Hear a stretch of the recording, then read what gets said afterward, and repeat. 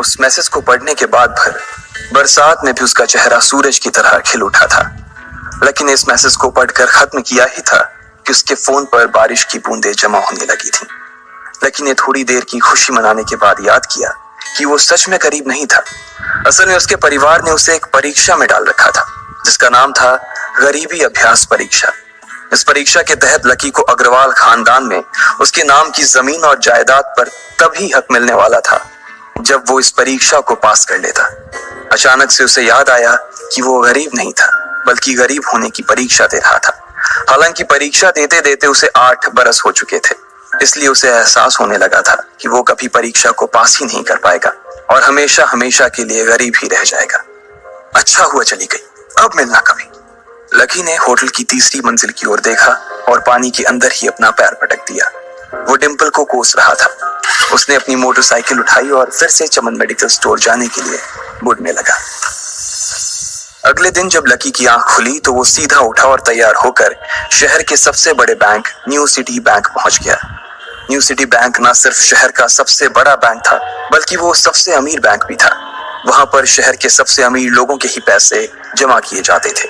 Lucky वहां पैसे को निकलवाने के लिए जा रहा था। New city bank south Delhi में बसा हुआ था और उसके दरवाजे के बाहर महंगी से महंगी गाड़ी खड़ी थी। भाई अब इसमें से कौन सी नई गाड़ी लेगा, लकी ने मन ही मन सोचा।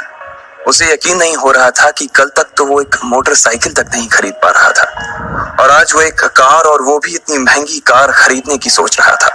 फिर उसने अपनी नजर गाड़ी पर से हटाई और बैंक के अंदर जाने लगा। उसने देखा कि बाहर बहुत भीड़ थी और महंगे से महंगे कपड़े पहने लोग बैंक के अंदर जा रहे थे। कहाँ दवाओं की बदबू और कहाँ ये खुशबू। उसने एक बहुत ही गहरी सांस के अंदर ज्यादा से ज्यादा खुशबू को समेटने की कोशिश करते हुए अपने मन में सोचा, लेकिन अगले ही पल उसके मन में संकोच पैदा हो गया था। रातों रात लकी की किस्मत तो बदल गई थी, लेकिन उसके कपड़े नहीं बदल पाए थे।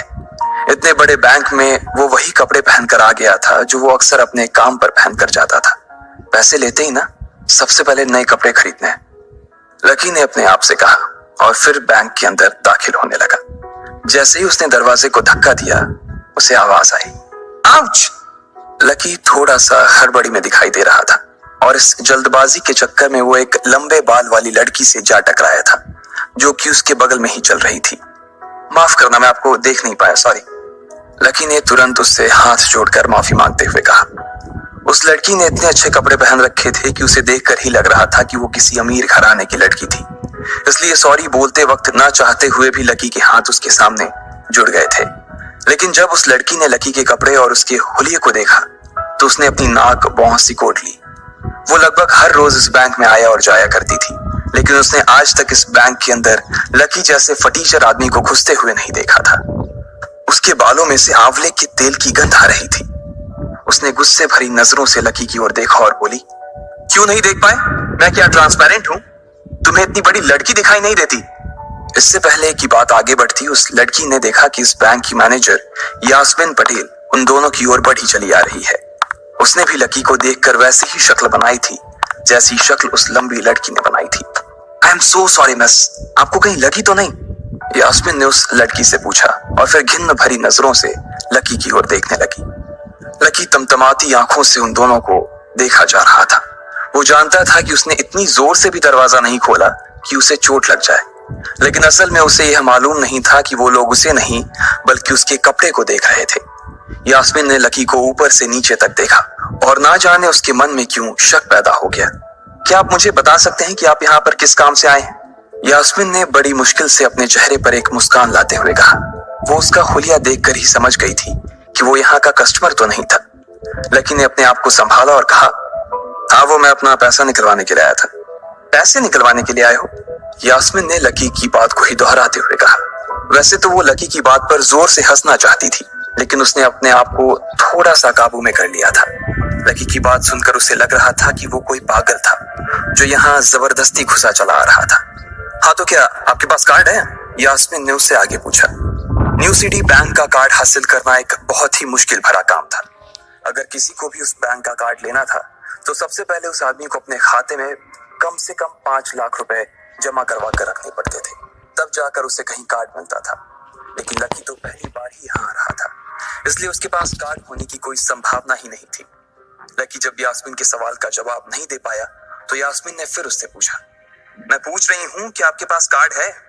वो समझ गई थी कि लकी पागल ही था जो कहीं से भागकर सीधा उनके बैंक में आ गया था। कार्ड नहीं मेरे पास। लकी ने उसके सवाल का जवाब दिया और वो फिर इधर उधर देखने लगा।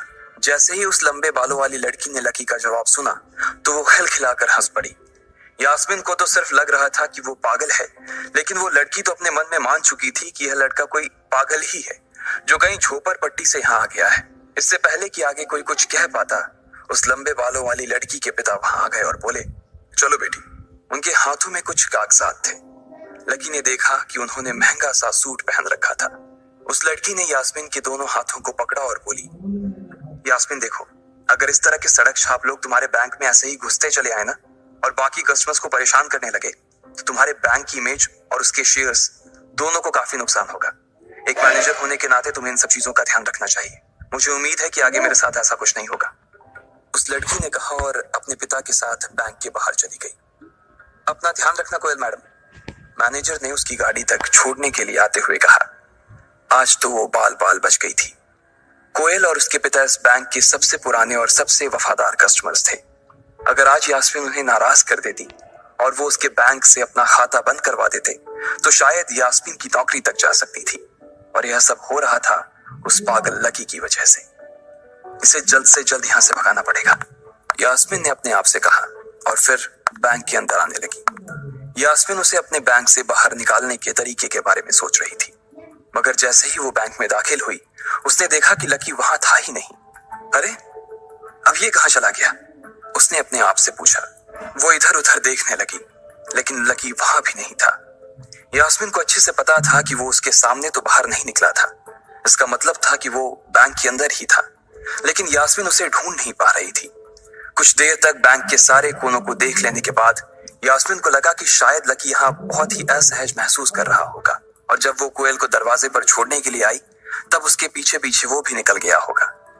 चलो जान बची, यास्मीन ने अपने आप से कहा और अपने केबिन में आकर बैठ गई। जैसे ही उसने आज के दिन की पहली फाइल उठाई थी उसे किसी एक की झलक दिखी। ये कोई और नहीं बल्कि लकी ही था। अरे ये कहां छिपा हुआ था? यास्मीन ने अपने आप से ही कहा और तुरंत फाइल को टेबल पर रखकर वो ऑफिस के बाहर आ गई। उसने देखा कि लकी बैंक के वीआईपी लॉन्ज के बाहर खड़ा था और उसके खंबे की आड़ की वजह से वो यास्मीन की नजर से बाहर हो गया था। अब यास्मीन को तो वो मिल गया था, लेकिन उसके लिए उससे भी बड़ी एक और मुसीबत खड़ी हो गई थी।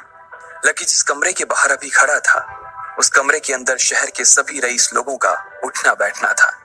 बैंक के सिलसिले में या फिर किसी दूसरे काम के सिलसिले में वो सभी लोग यहीं आकर बात किया करते थे। उस कमरे के अंदर जो लोग बैठे थे उन सबके करोड़ों रुपए इस बैंक के खाते में जमा थे। अब अगर ऐसे में लकी वहां घुस जाता तो सब लोग मिलकर यास्मीन की गर्दन पर चढ़ जाते। रुको, जहां हो वहीं खड़े रहो, यास्मीन जोर से और साथ ही गुस्से से चिल्लाई। बाकी के लोग जो वहां खड़े थे वो यास्मीन की ये चीख सुनकर डर गए थे। कुछ लोगों को उसकी इतनी जोर से आवाज करने की वजह से गुस्सा भी आ गया था और यास्मीन सबसे मुस्कुराते हुए माफी मांगकर आगे बढ़ती जा रही थी। वो लकी को किसी भी तरह से उस कमरे में जाने से रोकना चाहती थी, लेकिन उससे पहले ही वो उस कमरे के अंदर दाखिल हो चुका था। अरे यार, ये आदमी है या गधा? यास्मीन ने अपना ही सिर पीटते हुए कहा और वो भी उस कमरे के दरवाजे की ओर बढ़ने लगी। उसने उस कमरे का दरवाजा खोलने की कोशिश की, लेकिन वो अंदर से लॉक हो गया था। बाप रे, ये कैसा आदमी है? बिना परमिशन के अंदर घुसा तो घुसा, लेकिन दरवाजा भी अंदर से बंद कर लिया। अब यास्मीन की सांसें फूलती जा रही थी। उसे बहुत डर लग रहा था। उसका जी यह सोचकर घबराए जा रहा था कि ना जाने अंदर लकी और उस रिलेशन मैनेजर के बीच क्या हो रहा होगा। इधर जैसे ही लकी कमरे में दाखिल हुआ, वहां का कस्टमर रिलेशन मैनेजर जो कि सोफे पर फैला हुआ था, वो उसे देखते ही अचानक सीधा बैठ गया। हेलो सर, कैसे हैं आप? उसके मुंह से बिना लकी को देखते हुए ये शब्द निकले। उसे याद था कि इस कमरे में कुछ खास लोग ही आते थे और जो भी आते थे यास्मीन उनके आने की खबर उसे पहले ही दे देती थी। लेकिन इस वक्त जो आदमी उसके सामने खड़ा था उसे देखते ही वो अपनी जगह पर जम गया था। ना तो वो कहीं से भी वीआईपी लग रहा था और ना ही वो उसका कोई रिश्तेदार था। कौन हो भाई तुम? क्या चाहिए तुम्हें? उस मैनेजर ने 20 साल के जवान लड़के को देखते हुए कहा, मैं यहाँ अपना पैसा लेने आया हूँ। लकी ने सीधे मुद्दे की बात को मैनेजर के सामने रखते हुए कहा, तुम्हारे पास हमारा सुप्रीम कार्ड है? मैनेजर ने उससे ऊपर से नीचे तक देखा और पूछा, नहीं नहीं, मेरे पास कोई कार्ड नहीं है। लकी ने कहा, तो फिर हम तुम्हें कोई पैसा नहीं दे सकते। चलो अभी दरवाजा खोलो और सीधा बाहर निकलो। मैनेजर ने कहा और सोफे पर से उठ गया। नहीं, मैं अपना पैसा लिए बिना नहीं जाऊंगा यहाँ से। लकी भी जिद पर अड़ गया।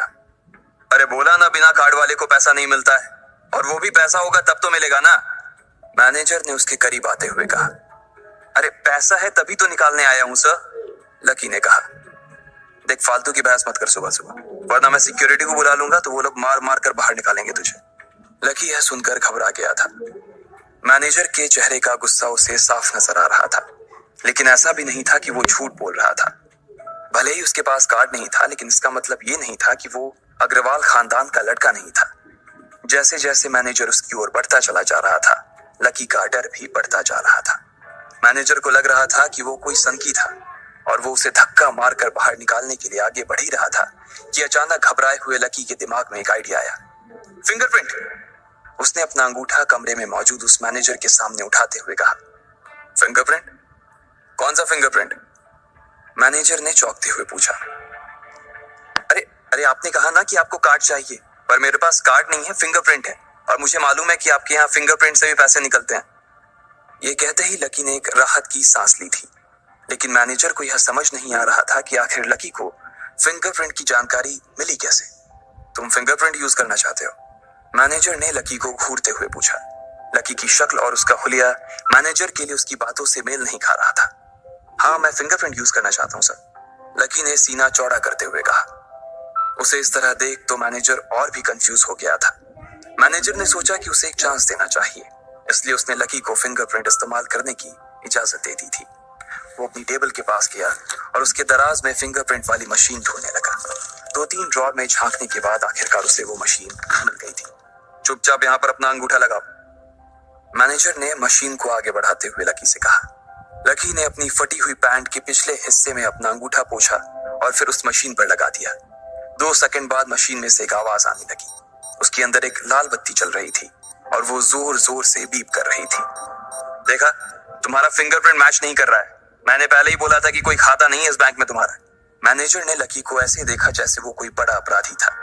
मैनेजर उसकी पैंट की ओर देखने लगा। उसे लग रहा था कि लकी ने अपनी जेब में कोई हथियार छुपा रखा था और वो मैनेजर को बेवकूफ बना रहा था। इससे पहले कि लकी अपनी जेब से कोई बंदूक या बम निकालता, मैनेजर ने अपना फोन निकाला और पुलिस का नंबर लगाने लगा। लकी ने उसकी स्क्रीन पर देख लिया था कि वो 100 नंबर पर फोन लगा रहा था। लकी बुरी तरह से घबरा गया था। वो बहुत ही उत्साह और जोश में अंदर तक तो चला गया था, लेकिन उसे मालूम नहीं था कि वो इतनी बड़ी मुसीबत में फंसने वाला है। अब आगे क्या होने वाला था? क्या लकी उसे पुलिस को बुलाने से रोक पाता? कहीं उसे कोई फेक मैसेज तो नहीं आया था? लकी कैसे इन मुसीबत से बाहर निकलेगा?